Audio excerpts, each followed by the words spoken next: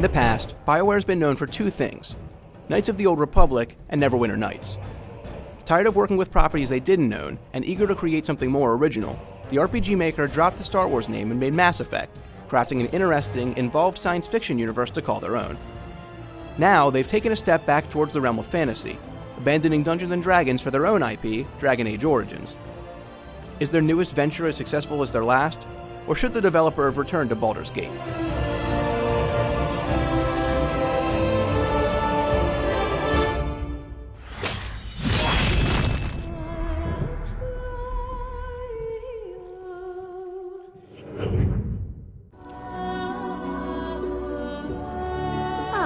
Your eyes finally open. Mother shall be pleased. Every few hundred years, demonic creatures called Darkspawn, led by a powerful archdemon, pour into Ferelden, attempting to wipe out all life on the surface. This massive invasion is called a Blight, and is the central focus of the story in Dragon Age Origins. Whenever a Blight begins, it's up to the Grey Wardens, a society of warriors committed to destroying the Darkspawn, to save the world from devastation. Players assume the role of the newest member of the Wardens, chosen by their leader to aid in a massive attack on the Darkspawn in hopes of killing the Archdemon. But the story actually begins before the player joins the Wardens. The word Origins in the title refers to the game's introduction, which is unique depending on the starting class and race of the character.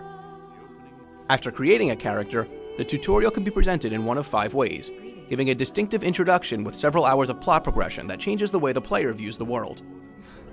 Well, he's not half as dead as he looks. As is the case with other Bioware games, the story can be as complex as the player wants it to be.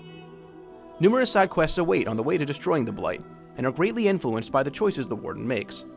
Large plot arcs, revelations, and storylines can be completely missed by seemingly simple choices made earlier in the game, providing several branching paths that bring some of the best storytelling to ever make its way into an RPG.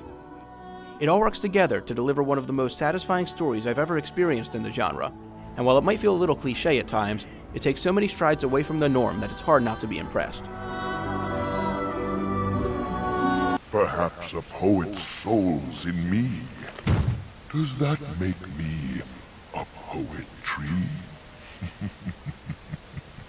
Referred to by some as a spiritual successor to Baldur's Gate 2, Dragon Age Origins gameplay should feel familiar to anyone who has played a Bioware game. After completing the preliminary quests, the world of Ferelden is open to the player, who can choose to approach the task of destroying the Darkspawn in a number of different ways. No matter which path is taken, the Warden needs to do a fair amount of traveling, visiting different locations around the land. These regions are filled with all varieties of people who have need of the Warden's assistance. I'm asking you, please, help us. Help Eamon. Helping them might be required to advance the story or just part of an optional side quest. Sometimes these missions are simply too difficult to complete when the player comes across them the first time, giving the choice of coming back after leveling or ignoring the situation altogether. These choices not only affect the way the story plays out, but the way the Warden's allies treat him.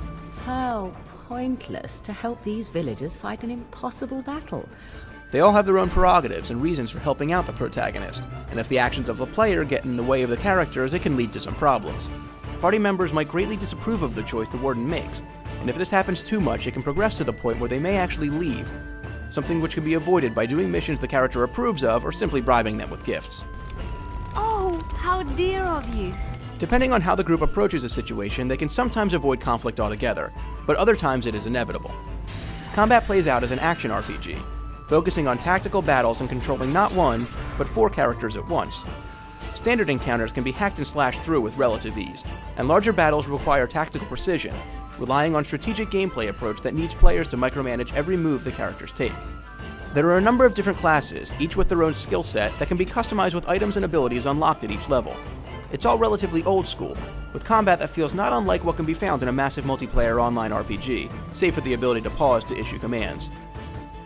Everything works together well to create satisfying encounters, and while some issues with pathing and poor AI can be troublesome, there's rarely an instance where death can be blamed on anything but poor planning.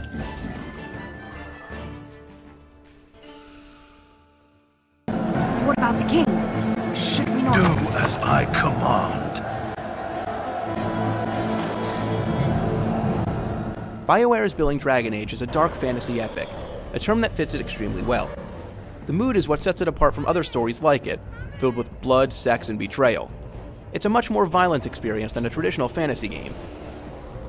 And each battle ends with the party being covered in the blood of their fallen foes. Romance also rears its head from time to time if the player wishes it, though it comes off as extremely awkward despite BioWare's obvious attempts to remain as tasteful as possible.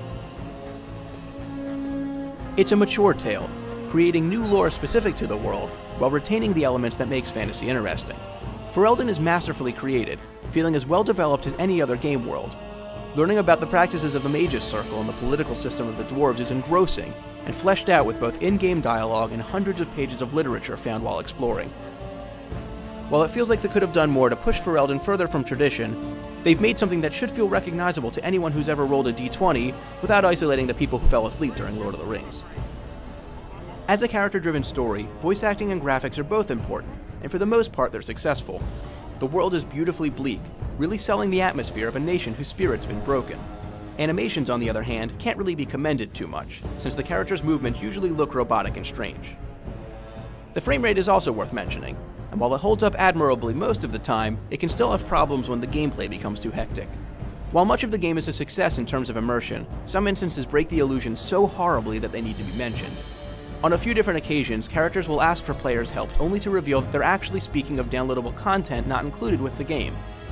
Though one pack comes free with a purchase, it's still woefully intrusive when it's brought up, and despite coming packed with more than enough content to justify the price, it's so poorly presented that it's nearly infuriating when it shows up. To make matters worse, the DLC pack not included with the title includes access to an item cache, something which should have been included in the original campaign.